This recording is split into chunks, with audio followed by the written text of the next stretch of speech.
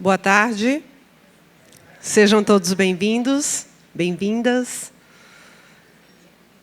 Dados da Organização Mundial da Saúde, a OMS, revelam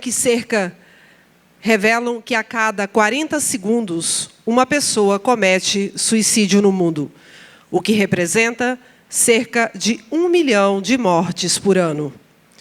Por mais que este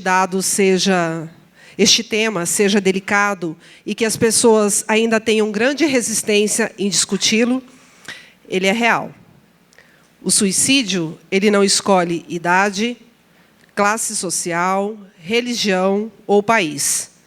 Ele está em todos os lugares e, por mais que a gente queira, ele não pode ser ignorado. Com o objetivo de tirar cada vez mais este assunto do fundo da gaveta e trazê-lo para o centro das discussões, o programa Vida Plena promove a palestra A Vontade de Ser Feliz, a Vida é a Melhor Escolha, que será ministrada pelo psicólogo Afro Stefanini II, dentro da campanha do Setembro Amarelo, realizada pelo Ministério Público do Estado de Mato Grosso. Apesar deste ser um tema bastante delicado e que poucas pessoas gostam de falar sobre ele, o Afro vem trazer uma mensagem um pouco diferente para nós. Ele não vem falar de morte, ele vem falar de vida. Sejam todos muito bem-vindos. E para dar as boas-vindas a todos, eu convido a Subprocuradora-Geral de Justiça Administrativa, Eunice Helena Rodrigues de Barros.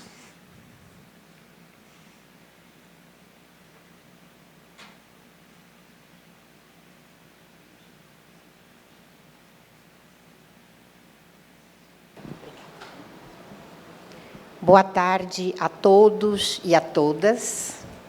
É um prazer tê-los aqui. Estamos dando continuidade ao nosso projeto Vida Plena, que vocês já conhecem pelas dinâmicas que têm sido feitas. E aí resolvemos agora, no Setembro Amarelo, abordar a questão da vida, não da morte. E o amarelo vem, não sei se vocês sabem, por causa de um jovem de 17 anos, americano, que, não aguentando mais o sofrimento, jogou o seu carro amarelo numa árvore e faleceu. E os pais, a partir de então, para marcar o momento, distribuíram rosas amarelas, fitas amarelas, no dia do enterro do rapaz. E assim ficou gravado Setembro Amarelo. O Setembro Amarelo nos dá essa oportunidade de estarmos aqui para falarmos um com os outros, para a gente se ver, se escutar, porque se a gente perceber o que mais acontece conosco e que às vezes propicia um caso de depressão, não é só isso que propicia uma depressão, mas é um fator contributivo, é o isolamento. Muitas vezes nós estamos do lado de um colega sem saber o que ele está passando. A gente costuma dar bom dia sem esperar a resposta. A gente fala bom dia, tudo bem, e passa, mas sem esperar que o outro responda não estou muito bem, ou aconteceu uma coisa comigo, e a gente acha que está tudo certo. Então, este é um momento para a gente repensar, para a gente ter um olhar para nós mesmos, né? E pensando nisso, o Vida Plena está trazendo uma psicóloga, que todos já devem ter conhecido, que é a Morgana. Morgana, por favor, fique de pé, que vai fazer justamente esse papel de nos ouvir. Sabemos que temos muitos colegas que estão passando por essa difícil fase de não ter com quem falar. Então, vocês agora podem buscar ajuda e podem contar conosco. E ajuda maior, nós vamos começar a dar uma palestra do psicólogo Afro Stefanini, que gentilmente aceitou o nosso convite novamente, está aqui, e que é uma pessoa que só a presença dele já transmite carinho, né? Então, vamos acolhê-lo com o nosso carinho, dar-lhe as boas-vindas. E, Afro, o microfone é seu. Muito obrigada. Sua gentileza. Estimados servidores e servidoras do Ministério Público Estadual, é uma alegria imensa estar com vocês nessa tarde. e poder compartilhar com vocês aquilo que realmente importa na nossa existência. A vida, o significado da vida e o significado do que nós amamos e aqueles a quem amamos. Mas eu tenho uma novidade antes de começar a palestra que eu quero dizer a vocês. Vocês, quem aí tem esse cartãozinho aí que foi colocado do lado do banco? Aí, todo mundo tem? Ok. Eu tenho um livro que eu vou sortear esse livro no final da palestra. Então eu sei que vocês vão ficar até o final por causa do conteúdo, não é por causa do livro. Mas vai que você ganha o livro. Então, é muito fácil. Você entra no número que está aí, olha, 99611-6500 no cartão, entra pelo WhatsApp e coloca hashtag MP Amarelo e o seu nome, tá bom? Que depois nós vamos sortear, assim que terminar. Hashtag MP Amarelo e coloca o seu nome. Afro, que livro é esse? É um livro best-seller mundial de uma escritora do New York Times chamada Janice Kaplan. E ela escreveu um livro que, por coincidência ou não, a capa é amarela, mas o nome do livro, que também tem tudo a ver com a nossa palestra, é O Poder da Gratidão. E realmente esse livro é sensacional. Se você não achar que esse livro não é talvez o estilo de livro que você gosta, você vai poder, se você ganhar, dar de presente para alguém que você gosta. O Poder da Gratidão. Quero começar essa tarde junto com vocês, mostrando a vocês essa imagem. E falar um pouco sobre a história dessa flor. Se nós olharmos a simbologia dessa flor, entre pedregulhos, calhaus, nós vamos ver uma simbologia muito, muito adequada para os dias de hoje. Não é tão simples saber florescer no meio das dificuldades. No meio das dificuldades, nós tendemos a abaixar a cabeça, nos sentirmos alquebrados, nos sentirmos derrotados, porque em meio às dificuldades nós encontramos algo dentro de nós, a nossa vulnerabilidade. E é desafiador nós vivermos numa cultura que nos cobra demais, nos exige demais, ou nos exige ser o melhor pai do mundo, a melhor esposa, o melhor profissional, ou nos exige ser a pessoa certa para fulano de tal, enfim.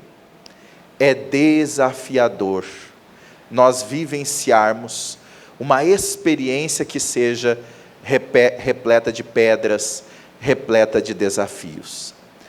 Então essa flor, ela tem uma peculiar história, que também tem a ver, talvez, com essa outra história, a desse Senhor.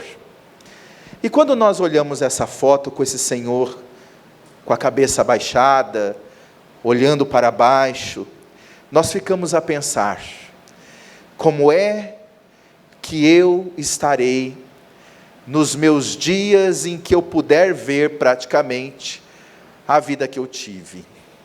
De que jeito eu quero estar? Por exemplo, se eu perguntar a vocês, se você pudesse enviar uma carta no tempo para você, há 20 anos atrás, ou há 15 anos atrás, você escreveria algumas questões para mudar algumas atitudes para você hoje, ou você falaria, faz tudo do mesmo jeito, que depois a gente se vê? Cada um de nós escreveríamos alguma coisa nessa carta, que nos remeteria, obviamente, a experiências que vivemos. Porém, esse Senhor, quando nós olhamos para Ele, nós não sabemos se Ele está triste, se Ele está se sentindo derrotado, se Ele está se colocando numa postura de lembrança de uma saudade muito profunda, se é alguém. A gente sabe que uma imagem dessa nos toca, de certa forma, os sentimentos. Mas o mais interessante é que aquela história da flor e a história deste Senhor, na verdade, não é uma história de tristeza. É a mesma história. É uma história de gratidão. Ele foi prisioneiro do campo de concentração na Segunda Guerra Mundial. Mas com uma peculiar informação. Ele guardou o uniforme. Mas ele não guardou esse uniforme como quem fica remoendo sentimentos e num processo de ressentimento, não. Ele guardou esse uniforme e colocou essa flor no chão, porque agora fica para nós mais claro que essa flor não nasceu ali, foi ele mesmo quem colocou. E colocou essa flor no chão, olhando essa flor e relembrando as experiências e as pessoas, como um símbolo inequívoco de vitória sobre um trauma, vitória sobre a própria dor. Essa vitória sobre a própria dor, essa capacidade de olhar a situação mais desafiadora de uma forma positiva e colocar a flor da gratidão, a flor do reconhecimento, ou mesmo a flor do perdão nas situações dolorosas, é uma habilidade emocional. Não tem nada a ver com a nossa capacidade intelectual apenas. Ela é eminentemente emocional, lógico, passa pelo intelecto, mas ela é emocional. E quando nós falamos de emocional, inteligência emocional, habilidade emocional, nós estamos falando do cuidar da criança interior que cada um trazemos. Essa criança interior que cada um trazemos, ela tem aspectos fundamentais de memórias afetivas, o que foi que aconteceu, o que foi que fizeram comigo, e agora, o fato é passado, mas o sentimento que eu sinto hoje é presente. Então essa qualidade de eu saber cuidar das minhas emoções, é um fator também de cuidar da minha história de vida, de saber ressignificar a minha história de vida. E ele, nesse aspecto, se abre para um dos fatores fundamentais de superação da depressão, de superação das ideações contra a própria vida, que é o fator experiência, aprendizado. Ou seja, ele não levou o que ele passou, o que ele viveu, como se a vida fosse a sua inimiga, como se a vida fosse a sua adversária. Ele internalizou para ele a experiência de crescimento na situação mais dolorosa possível. E sabe por que ele conseguiu fazer isso? Porque um dos psicólogos também que passou por isso, nós vamos falar sobre ele daqui a pouco, Viktor Frankl, tem uma frase muito interessante. Ele diz assim: o desespero é o sofrimento que não tem significado.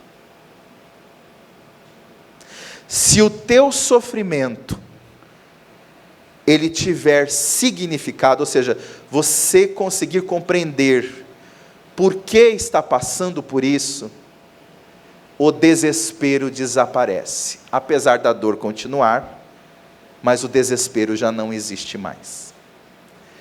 Ele tirou isso de uma frase de Nietzsche: aquele que sabe o porquê pode suportar qualquer como.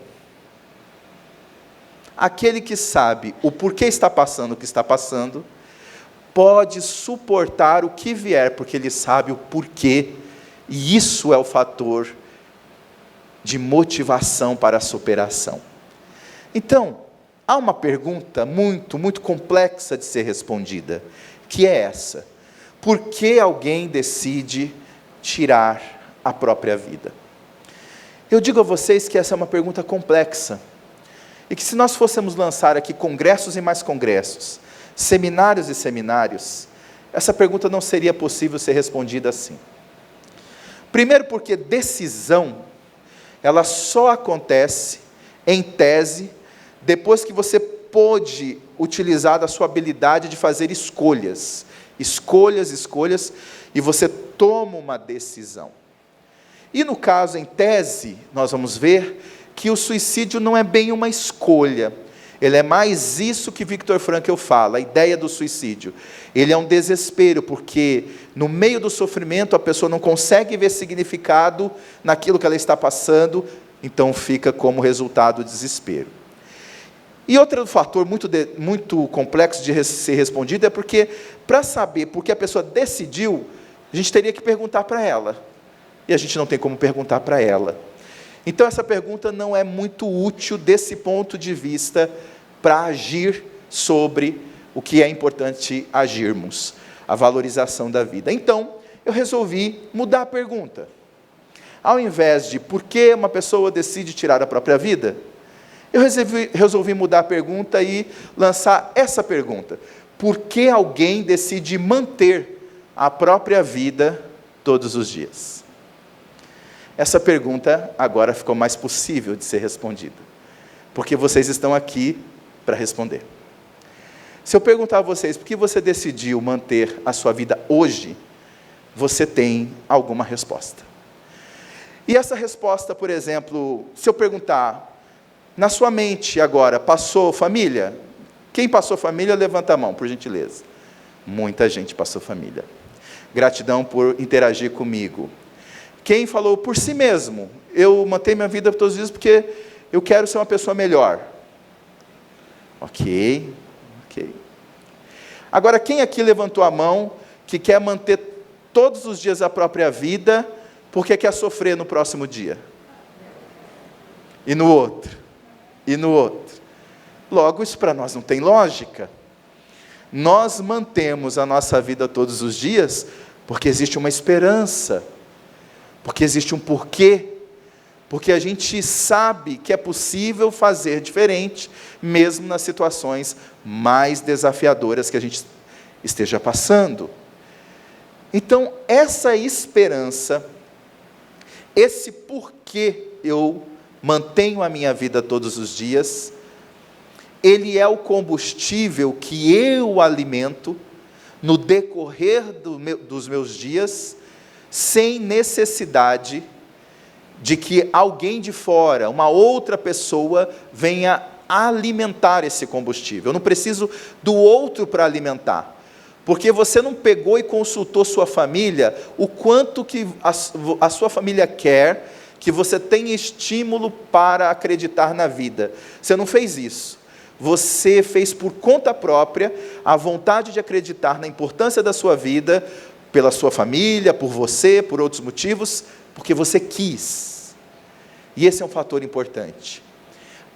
A natureza da vontade, a natureza do querer, é talvez uma das experiências onde nós nos encontramos mais autênticos, é quando nós descobrimos que eu estou realizando algo porque eu quero, não porque o outro está me obrigando, não porque eu estou aqui por causa do que os outros vão dizer.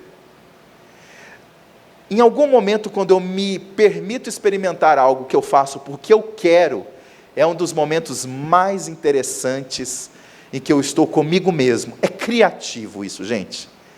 É criativo. Aliás, eu vou contar para vocês uma experiência criativa que eu vivi com os meus alunos. Eu dava aula de criatividade e aprendizagem emocional na Universidade de Cuiabá. E, como professor de criatividade, eu criava também exercícios emocionais. E um dia eu criei um exercício emocional muito peculiar, que é muito fácil, vocês vão poder fazer rapidamente no celular, se quiserem colocar. Vocês vão poder fazer isso, acho que talvez em 1 minuto. Eu perguntava para os meus alunos a seguinte questão: Quais são as 10 experiências fantásticas que você nunca fez por você na vida? Mas como vocês já sabem a resposta, podem colocar aí as 5 experiências fantásticas. Quais são as 5 experiências fantásticas que vocês nunca fizeram por vocês? Eu estou sentindo que está todo mundo já com a terceira na mente aí, é isso? Já está todo mundo com a quinta? Meu Deus, a minha mente parece que travou, não saio nem da segunda. Por quê? Porque as nossas experiências desafiadoras, chamadas experiências difíceis, nós somos muito bons de memorizá-la. Memorizamos com facilidade. Você quer ver? Se eu falar para você, quais são as 10 escorregadas de banana que você já deu no casamento? Eu lembro. Quais são as 10 dificuldades que você já teve na relação profissional? Você consegue lembrar rapidamente. Mas por que as 10 experiências fantásticas que você nunca fez por você é mais difícil? E aí veio os estudos da neurociência, e uma dessas pesquisadoras que trabalha em contribuição significativa com a psicologia positiva, chamada Frederickson, ela estudou com detalhes o poder da gratidão. Inclusive, tema desse livro que vocês vão receber no final. E no poder da gratidão, a gratidão em si, enquanto uma experiência, é interessante, porque as ideias negativas, elas são fáceis de serem captadas ou emitidas por nós. Mas as ideias positivas, o otimismo, por exemplo, elas enraizam com mais profundidade. Elas não são tão fáceis de serem percebidas, mas quando elas são treinadas, quando elas são buscadas, elas vão enraizando a sua qualidade e modifica o sistema neurotransmissor. O que é isso assim? Vamos deixar mais prático. Pessoas que buscam desenvolver ideias otimistas como hábito, na hora que situações desafiadoras acontecerem, difíceis acontecerem, a possibilidade dessa pessoa pensar de maneira positiva num curto espaço de tempo é muito maior do que as pessoas que não fazem esse treino mental. Elas vão demorar, por exemplo, um tempo maior. E aqui é só uma simbologia, por exemplo, vai demorar um dia para começar a pensar de forma positiva, 1 hora para pensar de forma positiva, e a solução precisa dessa mente positiva para acontecer. Então, essa pessoa que faz o treino de pensar de maneira positiva, não acontece isso por acaso. O cérebro responde, e ela tem a capacidade de organizar os sistemas neurotransmissores respondem mais rápidos, ou seja, capacidade de levantar, de erguer, resiliência. E aí, eu tive uma experiência muito peculiar. Os alunos ficaram assim também, sem saber mais ou menos como colocar no primeiro, e o treino foi ajudando. Mais uma vez, uma aluna chegou até mim, depois de uma semana, e falou: professor, aquela sua pergunta quase fundiu a minha cabeça. Falei: é mesmo? Pensar de forma positiva assim foi muito desafiador, demais. Mas eu consegui fazer 10 experiências fantásticas que eu nunca vivi. E já até fiz uma. E eu me senti muito bem. Falei: mas que bom, você se sentiu bem? Como foi essa experiência? Uma das experiências é que eu nunca tinha mandado flores para mim. Falei: olha, essa é nova. E você mandou? Mandei. Eu fui lá na floricultura e disse para o homem da floricultura: por gentileza, aquele buquê bonito com flor do campo, esse que eu quero. Ele olhou para mim e falou: nossa, mas você está apaixonada. Eu falei: estou demais. Pegou o cartão e começou a escrever: para a pessoa mais importante da minha vida. Você que convive comigo há tantos anos, a idade dela, né? Que tal, já passei por tanta coisa. Escreveu um poema de amor para ela. Botou, fechou no cartão, colocou e falou assim: manda amanhã às 8 horas nesse endereço. No outro dia, tim-dom, o familiar vai lá e abre. Fulano, tem um buquê de rosa aqui para você. Oh, quem será? Quem? Não sei. E aí, quem será? Aí pegou, tal, quando ela pegou o buquê de rosas, ela abraçou aquele buquê de rosas, leu o cartão e chorou. Olha que beleza! Ela viveu cada minuto da experiência de fazer algo fantástico por ela. Aí eu falo a vocês, essa experiência que ela viveu é uma experiência que ela nunca mais vai esquecer. Ficou na memória afetiva dela, porque ela estava muito bem alinhada com o que faz com que ela mantivesse os motivos de viver, os motivos de organizar a sua vida em prol da sua felicidade.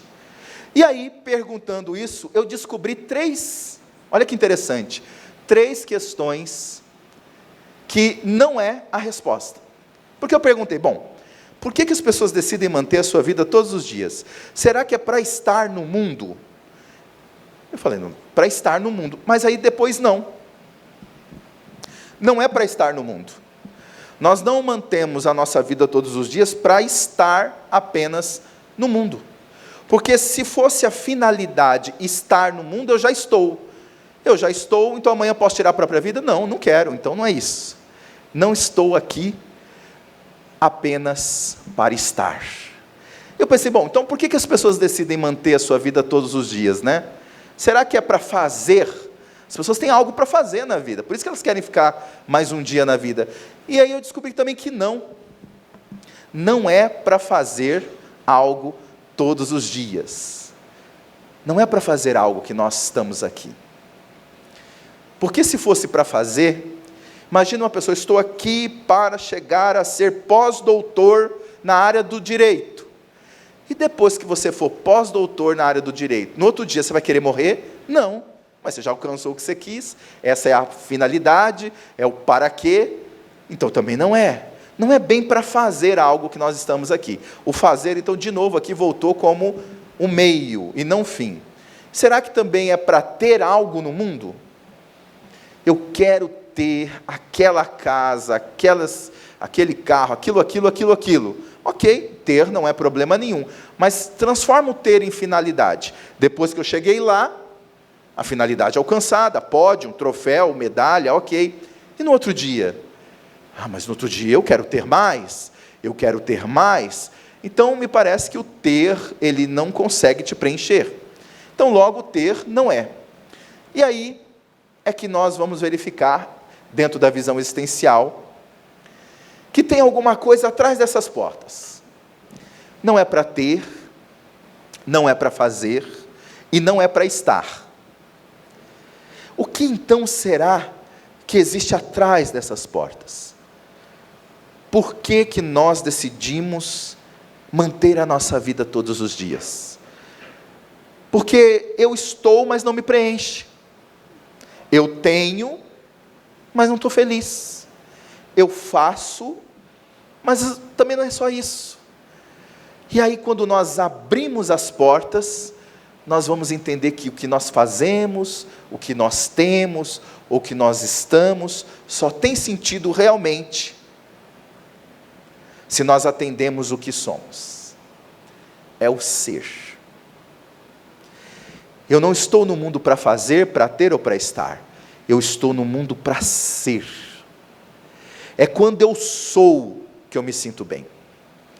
Quando eu sou alguém que me sinto amado, quando eu sou alguém que ama, quando eu sou alguém que valoriza, quando eu sou valorizado, é aí que eu me sinto em paz, é aí que eu me sinto bem. Mas esse sou é uma pérola. E eu trouxe o símbolo da pérola para a gente refletir aqui, porque a pérola é muito peculiar. Você sabe como é que a pérola é formada?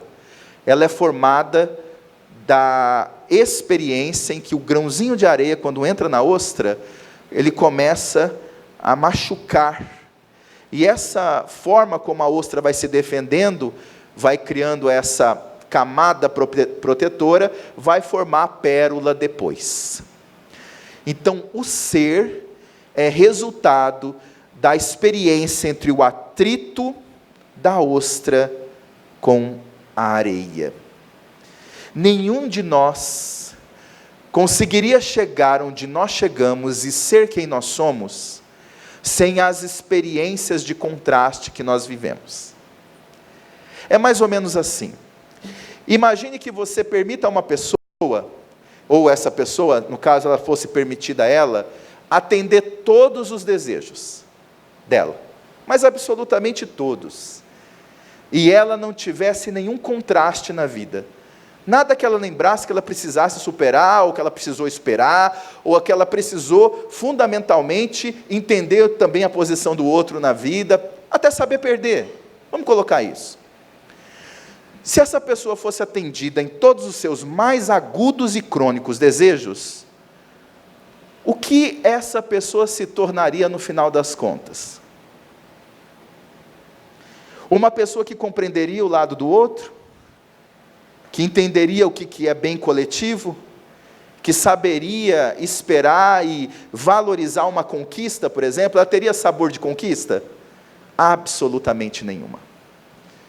Nós somos o que somos, porque o grãozinho de areia das experiências fez contraste conosco mesmo no decorrer do tempo. E que bom que fez contraste, porque é pelo contraste que hoje nós mantemos nossas metas, nossos sonhos, nossos objetivos e o respeito ao direito dos outros, e o entendimento do que os outros também precisam nos respeitar, porque às vezes a gente também tem dificuldade de colocar cerquinha na relação. Às vezes os outros nos invadem como se fossem mísseis, não é verdade, na relação? Vai ultrapassando, a gente nem vê. Também é uma experiência de saber colocar cerquinha. Então, é isso que promove o ser dentro de nós. A capacidade de viver nos contrastes. E aí é uma questão fundamental. A vida é um grande painel de contrastes. Você imagina que o primeiro contraste já existe quando nós nascemos. Lá estava você, eu, todos nós, naquele lugar quentinho, confortável, amistoso ali na lei do aconchego materno. De repente nós saímos, entramos num ambiente hostil enorme, e a primeira coisa que nós recebemos é um tapa. O contraste mais evidente do que esse não existe. Recebemos um tapa. Mas esse tapa tem uma função. E qual é a função desse tapa?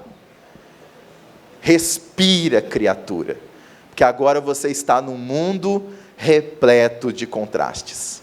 Bem-vindo ao mundo. Mas aí, qual é o grande desafio para a nossa mente, que acaba interpretando isso, às vezes, de uma maneira pessimista? O mundo é ruim. O mundo é mau. O mundo é um grande egoísta e tirano, que não quer a minha felicidade. Eu compreendo que às vezes os nossos sentimentos vão por esse caminho. Por que que vão?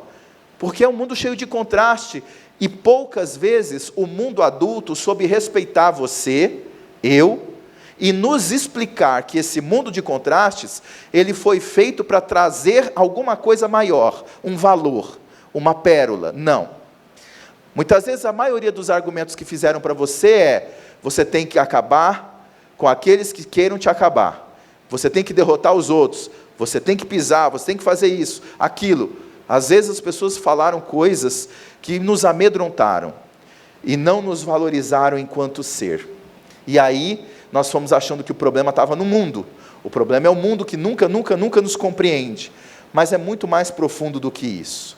Por isso que quando nós olhamos essa pergunta, o ser, e colocamos isso em nossas reflexões, começa a fazer mais sentido. Mas o que exatamente queremos ser na vida? Nós queremos ser felizes. É basicamente isso. Não tem muito segredo, não precisa ser muito gênio para a gente descobrir que o que nós queremos é ser felizes. Só que aí é que vem o desafio. O que é felicidade para você? Você sabe uma frase que eu gosto muito? Que fala assim: barco que não sabe para onde vai, qualquer lugar está bom. É ou não é? Por exemplo, se eu pedir para você, olha, você tem como pegar aquilo lá para mim naquele lugar, fazendo favor? Como é que é o seu nome? Sueli. Você pega ali, por gentileza, naquele lugar, aquilo que eu te pedi? Isso. Vai lá, por gentileza. Não vai. Você vai naquele lugar, pegar aquilo lá que eu te pedi, está cheio de dados genéricos, que não faz com que ela tenha foco. Não sabe para onde quer ir. Uma das questões mais fundamentais para nós mantermos e aprofundarmos o motivo de viver todos os dias é o foco do que nos faz feliz.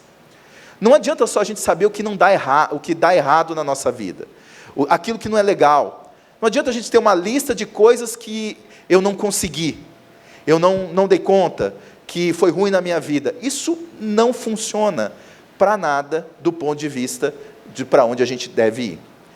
Mas é fundamental, sim, eu pensar o que é que eu quero para mim, na minha vida. O que realmente me faz feliz. Isso é colocar significado. E olha, eu descobri isso numa experiência bastante peculiar. Por quê? Certa vez eu embarquei de Dourados. Dourados eu fui até Campo Grande, em 2013, e de Dourados até Campo Grande, a equipe que estava me levando para embarcar, eu tinha dado um seminário em Dourados, a equipe que tinha me levado, ela errou o caminho. E era 7 horas da noite. E eu só conseguiria chegar às 7 horas da noite. E aí eles ligaram, falaram, enfim, eu não sei o que aconteceu, que nós aceleramos o carro ao máximo para chegar no aeroporto, para eu conseguir embarcar. E por um motivo que é muito, mas muito raro acontecer, o avião atrasou 15 minutos ali, naquele momento, mas eu não tinha feito o check-in, e eles deixaram eu entrar, mesmo sem o check-in, fez ali na hora, tal, entrei, e eu fiquei muito agradecido, porque eu consegui, mesmo tendo errado, mesmo, sabe, atrasou assim cerca de 1 hora, eu consegui chegar e embarquei no avião. Eu me senti profundamente felicitado por aquela experiência. Mas o avião, quando decolou e foi pousar depois em Cuiabá, quando ele foi pousar em Cuiabá, ele fez assim, arremeteu. De repente fez tim-dom. Senhores passageiros, estamos fazendo um check-out na aeronave, daqui a pouco voltamos com informações. Me deu um frio na barriga. Senti algo estranho. De repente, o avião começou a ficar fazendo uma volta em Cuiabá inteira. Passou 5 minutos, 10 minutos. E eu fiquei vendo lá o estádio, o Verdão, né? O antigo Verdão. Eu comecei a ver ele uma vez, comecei a ver 2 vezes. Quando estava na 7ª vez, daqui a pouco, tim-dom! Senhores passageiros, estamos com um problema técnico na aeronave, vamos fazer alguns procedimentos e já voltamos. São procedimentos de oficiais para essa situação, mais ou menos isso que ele disse. Beleza, aí ele fez assim, vão, e nada. Daqui a pouco, tim-dom! Nesse momento eu já estava com frio na barriga, no pé, em todo lugar. Senhores passageiros, o nosso trem de pouso não está descendo. Eu pensei comigo, o trem de pouso não é aquela rodinha do avião que precisa dela para descer? Então nós voltaremos para Campo Grande, vamos ao máximo esvaziar o combustível, e depois nós vamos fazer um pouso de emergência. Eu falei, por que eu quis correr naquela estrada? Era para eu escapar. Eu pensei comigo, gente, falei, eu vou morrer hoje. Eu vou morrer porque a mulher atrasou, ela errou o caminho. Era uma bifurcação na estrada. Ela foi, parou no posto, o homem avisou ela que ela estava a muitos quilômetros de distância. Eu pedi para dirigir e eu me levei aqui, agora eu vou morrer. Rapaz, que experiência, gente. Porque foi assim, na hora que começou ele voltar para Campo Grande, eu vi uma fila de gente para o banheiro que eu nunca tinha visto. O pessoal tudo levantou. E aí, tinha uma família na minha frente, que tinha o pai, mãe, avô, filho, era uma coisa interessante. E eu vi uma cena que eu nunca imaginei. Eles começaram a se despedir, abraçando e chorando, porque não tem roda o trem. A possibilidade é grande da gente, né? O que eu fui fazendo? Eu fui agradecendo. Falei, meu Deus do céu, o que eu faço agora? Eu vou orar. Claro, todo mundo ora nessa hora, lógico. E aí tal, fui pensando e tal. Chegou um momento que eu vou contar uma coisa para vocês. O que acontece lá dentro não é coisa de Deus. E eu não desejo para vocês, nunca vai acontecer com vocês, tá, gente? Já tem eu aqui, as estatísticas dizem que isso acontece só de 1 a cada 100 mil. Vocês estão todo mundo livre, ok? Já estou aqui. Então é o seguinte, cheguei lá, e aí aparece um sujeito que não é de Deus, que é o comissário de bordo. E ele fala assim, atenção, vamos fazer uma simulação. Ok. Quando a aeronave disser impacto, impacto, impacto, fique na posição de impacto. Quando a aeronave disser evacue, evacue, evacue, saia imediatamente pelas portas. Até aí tudo bem, mas eu estava mais ou menos uns 60 quilos a mais do que eu estava. Eu estava muito mais obeso. E a posição de impacto é quando você encolhe assim, ó. E você precisa ter certa barriguinha suave para encolher. Ou seja, eu ia morrer porque eu sou gordo. Ou seja, impacto, impacto, impacto, porque eu estava um pouquinho mais acima do peso, não ia dar certo. Falei, meu Deus do céu. Aí eu olhei lá o negócio, falei, quando ela disse impacto, eu descobri que existe um jeito de fazer assim também, um outro jeito. Falei, eu estou um pouquinho acima, porque eu me amo de qualquer jeito, mas eu vou fazer a posição que vai me salvar. Então eu fiz a posição. E ele falou, ele fez realmente a simulação. Impacto, impacto, impacto. Aí eu fiz e tudo mais. Vi que todo mundo quase do meu lado conseguia fazer. Eu não conseguia fazer. Eu falei, bom, mas pelo menos, nessa posição aqui, eu consigo. Já me acalmei um pouco.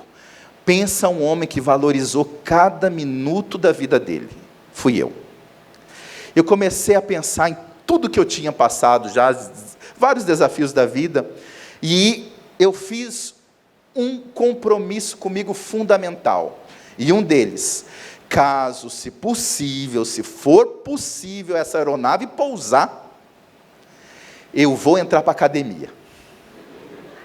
Eu vou, porque se houver qualquer coisa na próxima oportunidade, eu vou fazer a posição que eles estão falando que vai entrar. E o que aconteceu? Quando ele foi descer o avião, teve um lá animado, porque essa hora aparece gente animada.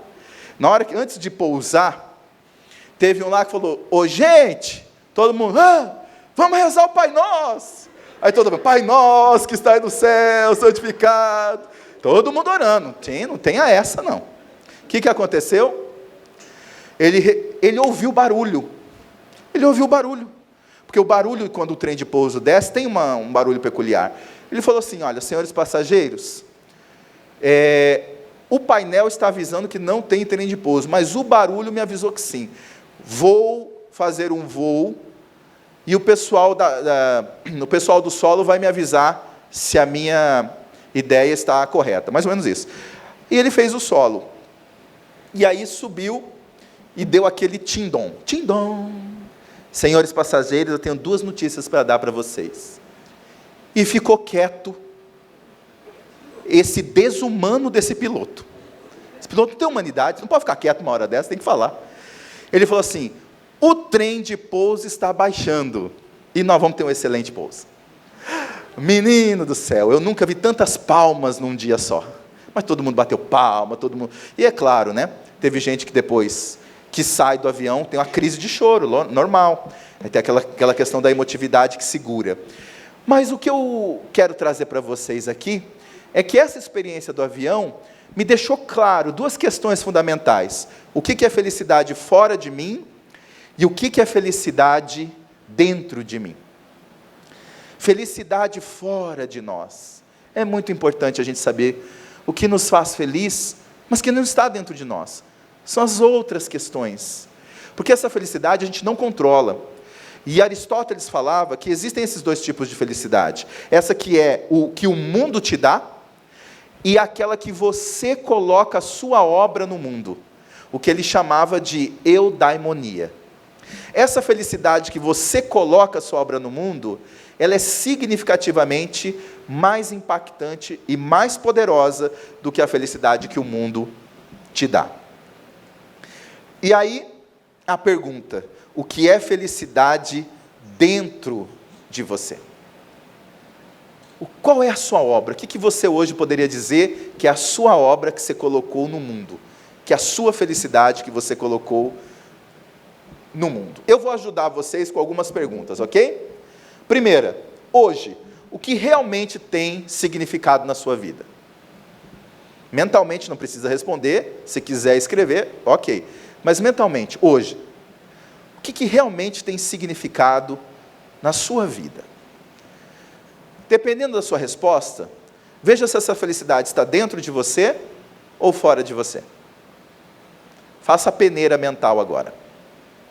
Outra pergunta: quanto tempo você investe nas experiências significativas da sua vida? Responda mentalmente a sua nota de 0 a 10.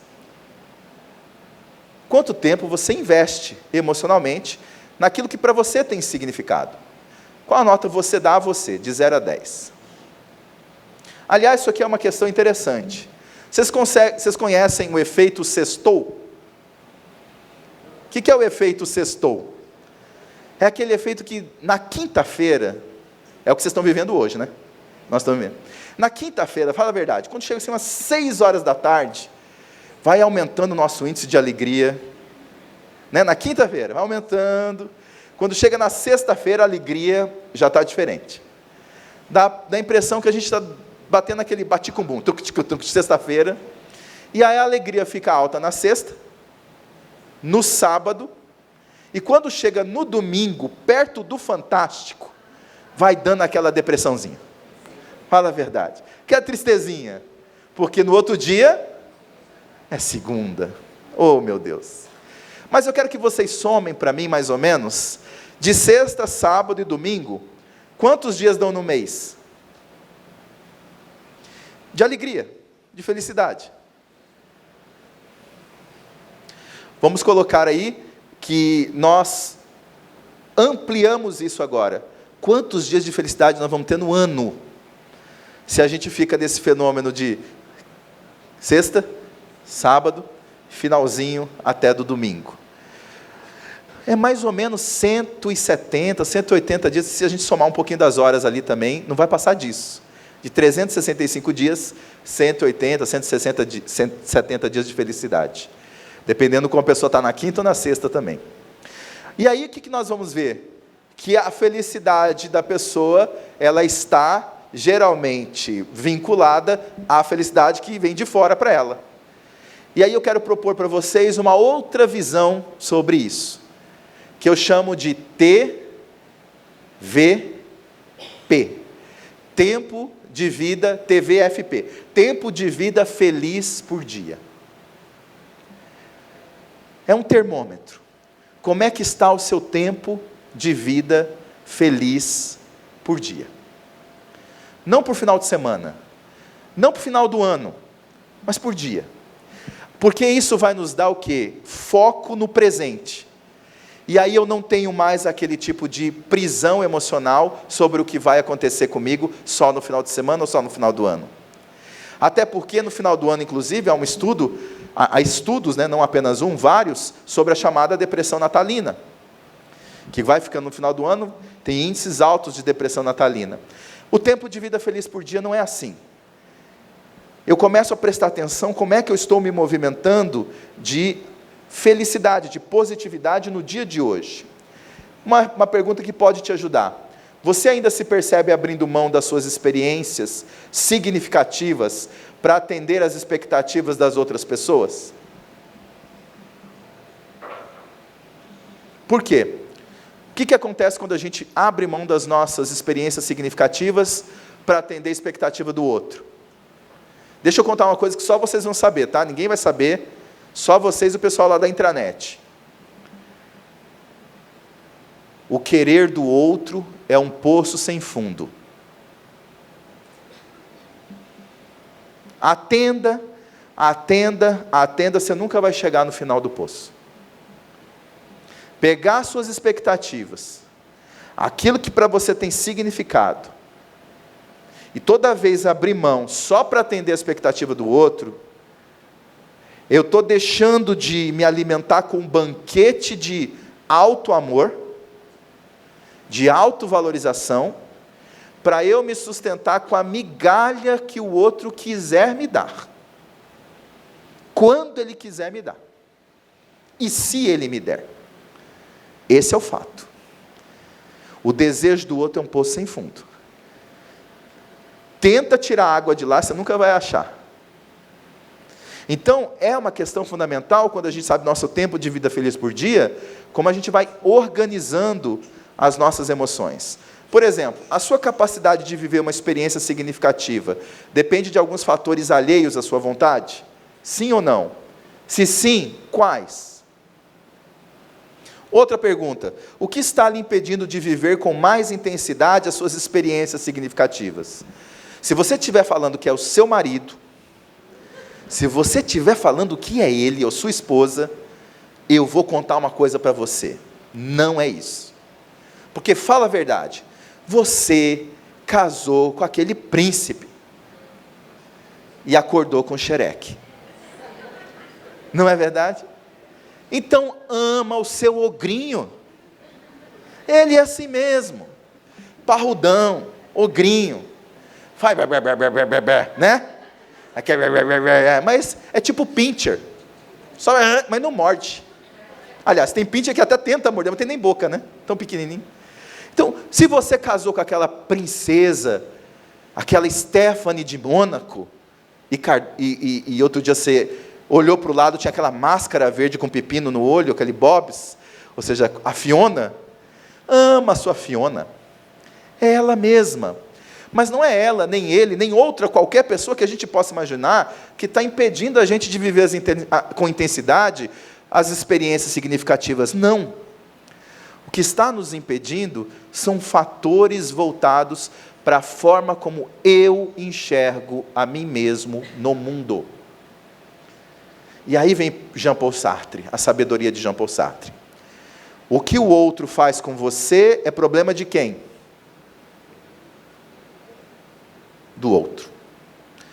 O que você faz daquilo que o outro faz com você é problema de quem? Aí é seu. Então é a sabedoria da gente não colocar para externa, para a pessoa externa, né, para qualquer uma, mas para nós mesmos, essa responsabilidade. O que você está disposto a fazer para potencializar as suas experiências significativas? Ou seja, que preço que você quer pagar para viver as 10 coisas fantásticas que você nunca fez por você? Porque tem um preço, sabe qual é o preço? O tempo. O tempo e o que é propósito para você. Só que eu quero contar uma coisa também que eu não vou contar para ninguém, só para vocês. E é matemático isso. Cada dia mais é um dia menos.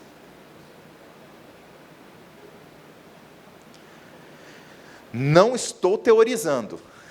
Cada dia mais é um dia menos. Então você começar agora, hoje, a prestar atenção no que para você tem significado, vale muito a pena.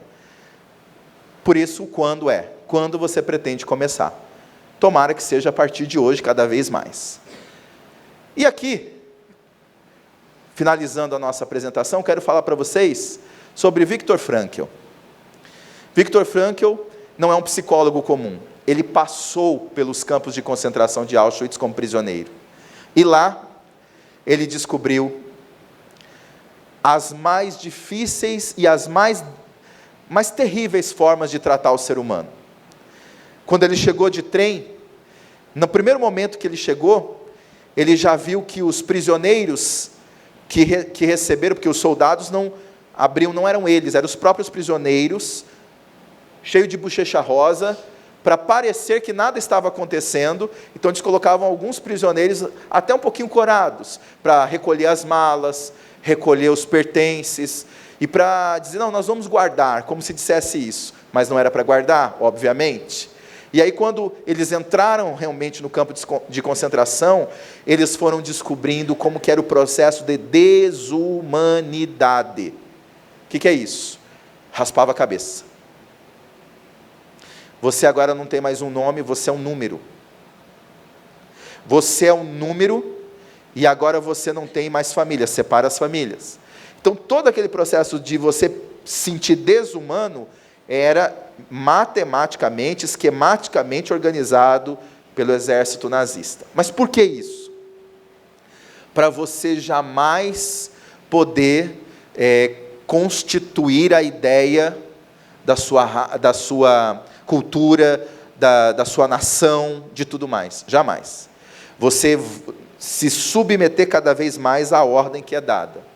Só que o interessante é que, de certa forma, isso é semelhante ao fenômeno da depressão. No fenômeno da depressão, nós vamos nos desumanizando também. Nós vamos deixando de pensar naquela relação familiar, com a importância que tinha. A ideação suicida, quando vai crescendo, vai deixando de ver a importância sua no grupo, na vida.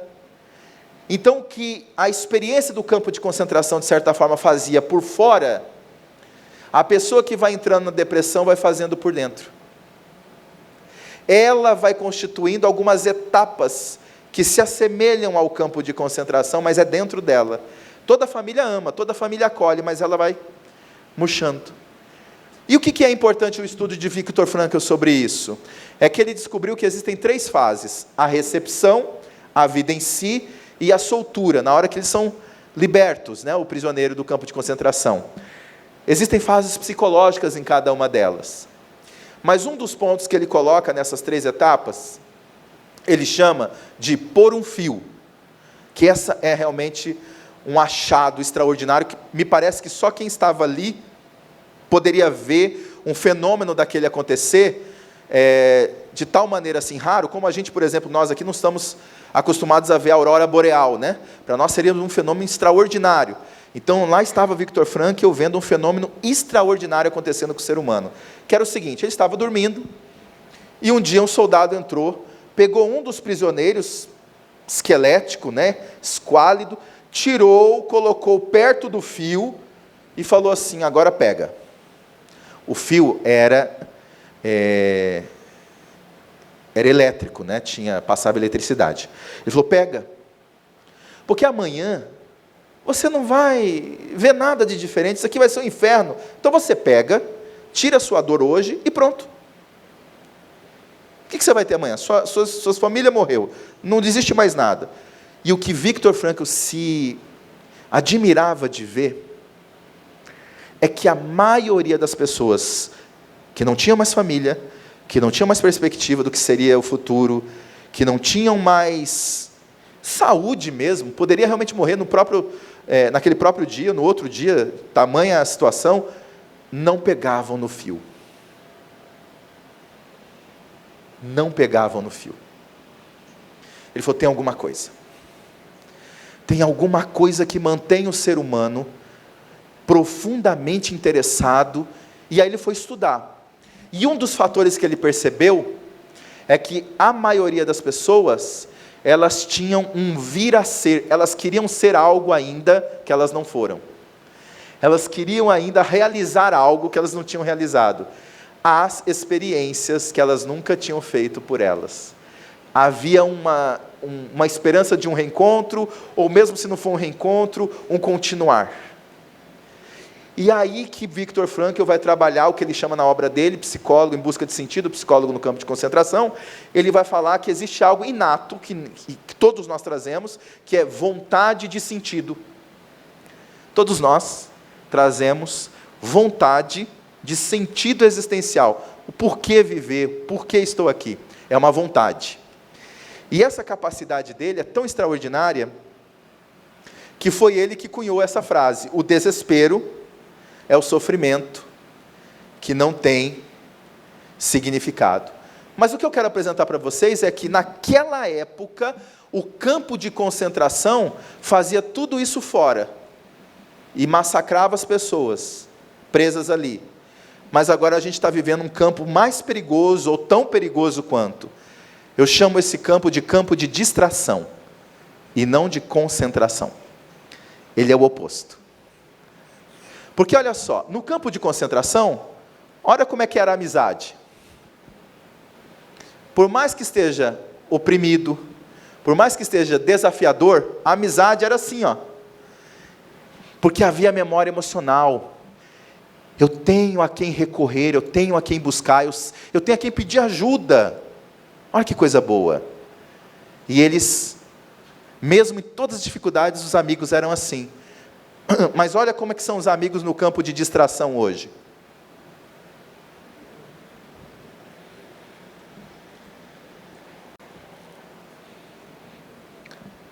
Cadê o vínculo? No campo de concentração, era assim que eles dormiam. Um em cima do outro, sem nada, mas a mínima parte, diz Frankl, pensava em se suicidar. A mínima. Mas hoje, essa jovem dorme assim.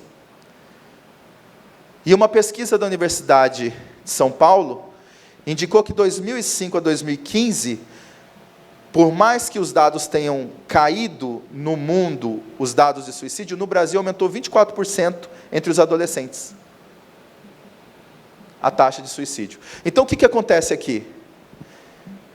O que existe de fora não está bastando, porque é o que existe dentro que está precisando ser tocado. A vontade de sentido. E aí, eu reflexiono com vocês. O suicídio não é uma escolha. É um estado geral de desespero. Por quê? Porque escolha é tudo aquilo que você tem no mínimo o quê? Duas opções. A natureza da escolha é você ter opções. Mas a pessoa, quando vai aumentando a ideação suicida, como ela não vai pedindo ajuda, como ela vai deixando, e ela acredita que vai dar conta sozinha, e ela não consegue, obviamente, a ideia de escolher caminhos vai diminuindo, e a pessoa começa a ter o fenômeno da suposta certeza do que ela vai fazer. E essa certeza acaba culminando, às vezes, obviamente, no problema. Então não é uma escolha em si, é um desespero, porque não tem significado aquele sofrimento, e ela está num desespero. E a natureza da escolha é que depois que eu escolho, eu posso ver se aquela escolha para mim funcionou ou não funcionou. Essa é a natureza da escolha. No suicídio eu não posso ver se funcionou ou não funcionou. Essa é a questão. Mas eu quero terminar para vocês, falando para vocês, dessa foto aqui. Essa foto é a última cena do filme A Lista de Schindler. Quem assistiu? Bacana. Schindler era do partido nazista. Um homem bonachão. Aproveitou-se da guerra para colocar os judeus como trabalho escravo nas suas fábricas. Mas depois que ele viu a crueldade nua realmente ali na sua frente, ele teve um choque de realidade e começou a fazer de tudo para salvar esses judeus, mas de tudo que ele pôde. Essa última cena é muito emocionante, porque essa cena vai mostrar o momento em que todos eles estão ali, fora da fábrica, e Schindler precisa ir embora, porque os aliados entraram, iam pegar todos do partido nazista, inclusive ele, por mais que ele tivesse ajudado os judeus, mas ele estava ali vinculado ao partido nazista. E o que aconteceu? Nesse momento, um grupo de judeus, tinha um deles que tinha um dente de ouro. Arrancou o dente de ouro, foi lá, forjou um anel e escreveu no anel um escrito do Talmud, que para eles é algo muito sagrado, e é sagrado, obviamente, claro, para eles, mais ainda. E aí escreveu a frase, chegou até a frente de Schindler e de Zaxter, que já agora era seu grande amigo, e disse a ele, dando o anel, Herr Director, senhor diretor, senhor Schindler, o Talmud diz, aquele que salva uma vida, salva o mundo inteiro. E ele leu essa frase: aquele que salva uma vida, salva o mundo inteiro. Ele começou a chorar. Ele começou a chorar porque ele olhou o broche da roupa e era de ouro. E ele então disse assim a Isaac: que foi que eu fiz? Eu ainda tenho esse broche de ouro, valia uma vida. Para que eu estou com esse broche de ouro na minha roupa? Eu podia ter salvo uma vida. Esse carro valia 5 vidas. Por que eu tenho esse carro? Posso ir embora de a pé? Podia salvar 5 vidas. E ele começou a se lamentar, e Isaac falou: não, Senhor, não se lamente. E aí todos vieram. O Senhor não salvou apenas essas 1.600 pessoas. Como a copa de uma árvore, o Senhor salvou toda a geração que vai vir depois dessas 1.600 pessoas. E vai crescer como uma grande árvore daqui para frente. Eu quero terminar minha fala com vocês com o Talmud. Aquele que salva uma vida, salva o mundo inteiro. Se você puder, salva uma vida, e você vai salvar o mundo inteiro. Mas se ainda assim você achar que não dá, salva a sua vida. Porque se você salvar a sua vida, você vai salvar o mundo inteiro também. Muito obrigado. Vamos para o sorteio.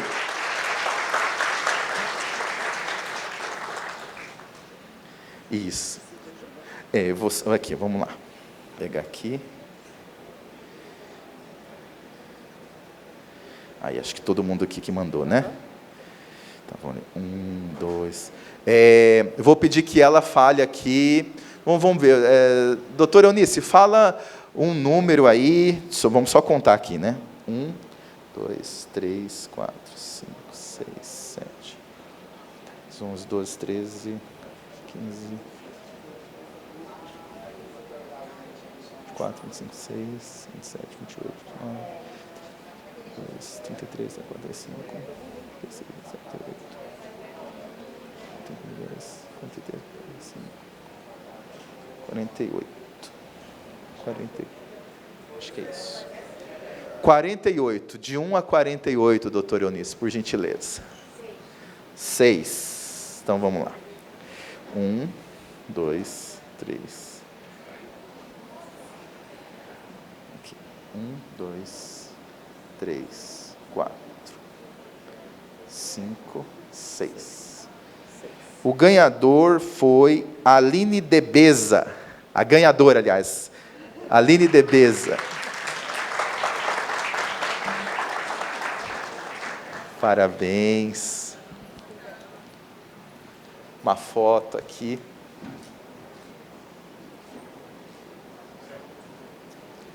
Gente, meu muito obrigado. A doutora Eunice ainda vai falar, não sei quem, para desfazer o momento aqui, mas a minha gratidão é imensa. É a terceira vez que eu venho aqui falar no Ministério Público, sempre me sentindo acolhido por vocês e as portas sempre abertas para nós. Gratidão. Agradecemos a presença do Afro Stefanini por esta palestra maravilhosa. Agradecemos a presença de todos e agora todos estão convidados para um lanchinho da tarde coletivo. Tenham todos um ótimo final de semana.